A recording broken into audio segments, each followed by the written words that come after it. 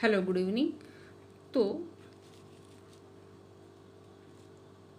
खंड क मैं आपको समझा चुकी हूँ। आइए हम लोग देखते हैं खंड ख, साहित्य सागर गद्य भाग। ठीक है, इसमें भी 2 है। तो इसमें जैसा कि यहाँ पर इंस्ट्रक्शन दिया गया था बिगिनिंग में ही आपने कि यह 2 भागों विभक्त है। खंड क के सभी प्रश्न अनिवार्य हैं, यानी ये व्याकरण वाला जो भी निबंध है, पत्र है, अपठित गद्यांश है और व्याकरण का काम है, वो सभी अनिवार्य है। और खंड ख से किन्हीं 4 प्रश्नों की उत्तर देना है, यानी खंड ख यानी साहित्य सागर की बात हो रही है।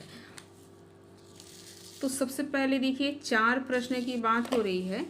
तो यहाँ पर 5, 6 और 7 गद्य से है, यानी स्टोरी से है। और साहित्य सागर पद से फिर 8, 9, 10 ये 3 पोएट्री से है। तो कुल कितने हो गए? 6 क्वेश्चन। ठीक है, तो 6 में से 4 करना है और 4 में मतलब कि एक एक जरूरी है करना। तो ऑटोमेटिकली होगा, अगर 3 हम स्टोरी से करेंगे तो 1 पोएट्री से करेंगे, अगर 2 स्टोरी से करेंगे तो 2 पोएट्री से करेंगे। ठीक है, और अगर हम 1 स्टोरी से कहानी से करते हैं तो फिर 3 हमको कविता से करना होगा। तो आइए देखते हैं फिर से प्रश्न। अब इसमें क्या करना है, हर प्रश्न इसी रूप में आएगा। निम्नलिखित गद्यांश को ध्यानपूर्वक पढ़ी तथा नीचे दिए गए प्रश्नों के उत्तर लिखे।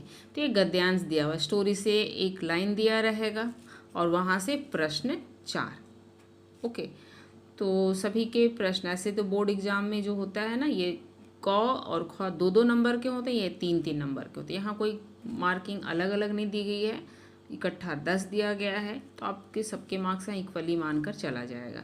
तो फैसला सुनकर रमजान की आंखों में खून उतर आया। तो रमजान कौन था, उसका परिचय दीजिए। फैसला किसने सुना? अच्छा, इस क्वेश्चन में बाद में सॉल्व करके बताऊंगी एक दूसरी वीडियो में, आज केवल मैं पैटर्न समझा रही हूँ। फैसला सुनकर रमजान क्या सोच लेगा, बात अठन्नी की कहानी द्वारा लेखक ने क्या संदेश दिया है। तो यहाँ पर कहानी का नाम नहीं दिया गया है, कवि का नाम नहीं दिया गया। तो आपके प्रश्न में कहानी और कवि के कहानीकार या कवि, सॉरी ये तो कहानी है तो लेखक का नाम नहीं दिया गया है। तो वो भी आपको बताना, याद कीजिएगा। कविता में भी इस तरह के प्रश्न पूछे जा सकते हैं, यानी पाठ का नाम और कवि का नाम, कहानी का नाम, लेखक का नाम। तो ये देखिए यहाँ भी एक गद्यांश दिया गया है और यहाँ से 4 प्रश्न हैं। उसी प्रकार 7 देखिए 3 प्रश्न हो गए, यहाँ से 5, 6 और 7। तो यहाँ से 3 प्रश्न है। अगर ये तीनों आप करते हैं तो कविता के हिस्से से आपको 1 करना होगा, आपका 4 हो जाएगा। देखिए 8 यहाँ पर ये पोएट्री दिया हुआ है। ये चूँकि आपके सिलेबस में नहीं है, इसको ध्यान मत दीजिएगा, सिलेबस से निकला हुआ, रेड्यूस सिलेबस में ये नहीं है, तो इस चैप्टर पे मत जाइएगा, मैं केवल पैटर्न समझा रही हूँ। और इसके 4 प्रश्न। ओके, तो 4 प्रश्न का मतलब क्या है? केवल ये क ख ग घ 4 नहीं, यानी ये एक, जैसे क्वेश्चन नंबर 8 है तो इसके 4 प्रश्न टुगेदर 1 क्वेश्चन। 8 एक क्वेश्चन, ये 4 मिलाकर 1 प्रश्न।